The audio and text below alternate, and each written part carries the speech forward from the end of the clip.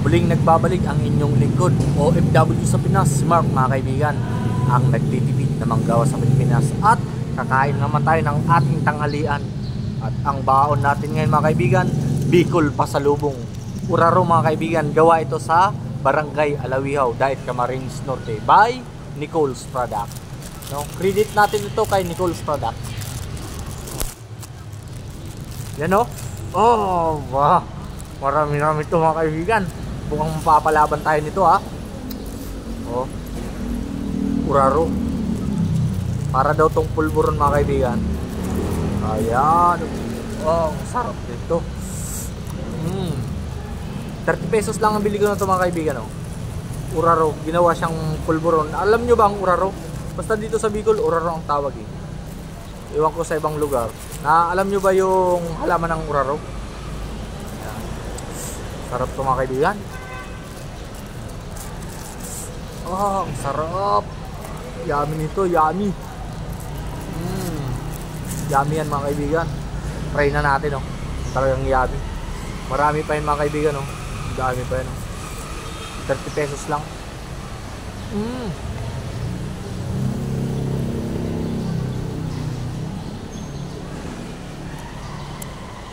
Masarap siya mga kaibigan. Kaya pag napunta kayo dito sa Bicol, bumili kayo nito no. Uraro. Pasalubong. Pumunta agad kayo sa mga pasalubong center dito sa Bicol. Pwede na pang ulam, pwede pang panghimagas. Uraro.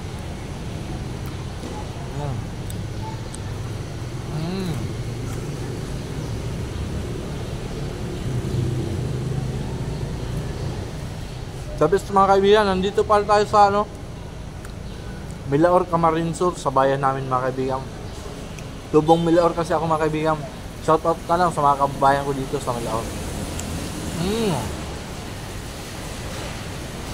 Yummy. Dito ang route kami ngayong araw mga kaibigan. Lunes na Lunes, ninalas kami dapat sa Daet Camarines Norte kami magruta eh. Pero sira yung sakyan kaya sa malapit kami nag-area. Ang pinakamalapit na area namin ay Milaor.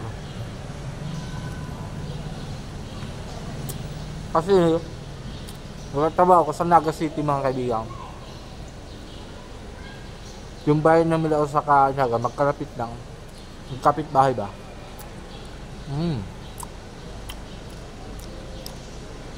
The best pwedeng piling ulam mga kaibigan. Kahit ano talaga pwede yan iulam mga kaibigan.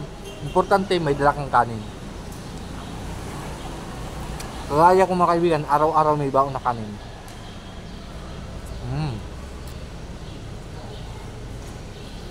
Busog tayo nito mga kaibigan. Para kasi siyang lasang pulburon na parang tinapay.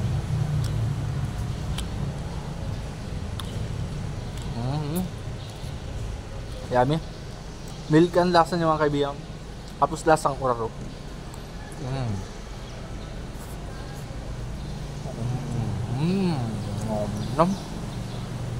Masulit pala natin mga kaibigan yung rest day natin kahapon, family day. Nag window shopping kami tapos nag grocery din, pinagkasya namin yung 1,200 grocery for 15 days. Kaya ngayon tipid tayo mga kaibigan oh. Lagi lang nagtitipid ang inyong lingkod mga kaibigan.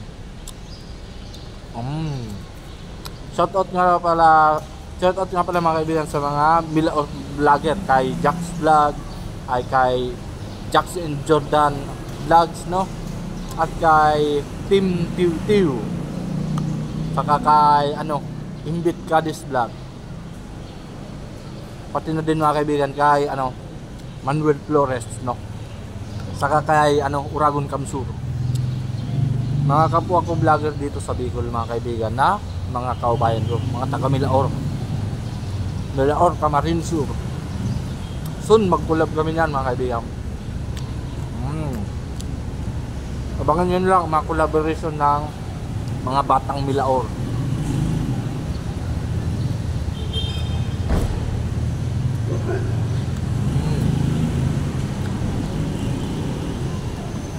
Nami. Nom.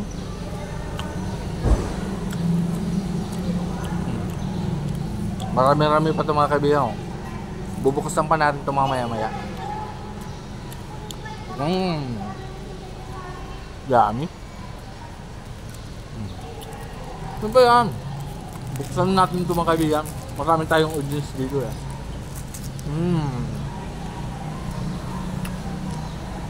Siyempre bago tayo dito umalis, alisin natin yung mga basura natin. Makapagalitan tayo dito eh. Malinis pa naman ang lugar ng Milaor. Kahit madalas dito magbaha.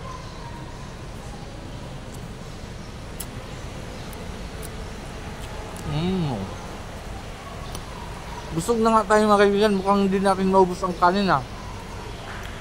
Okay lang, gagawin na lang natin to merienda mamayang hapon. Ako hindi natin naubos.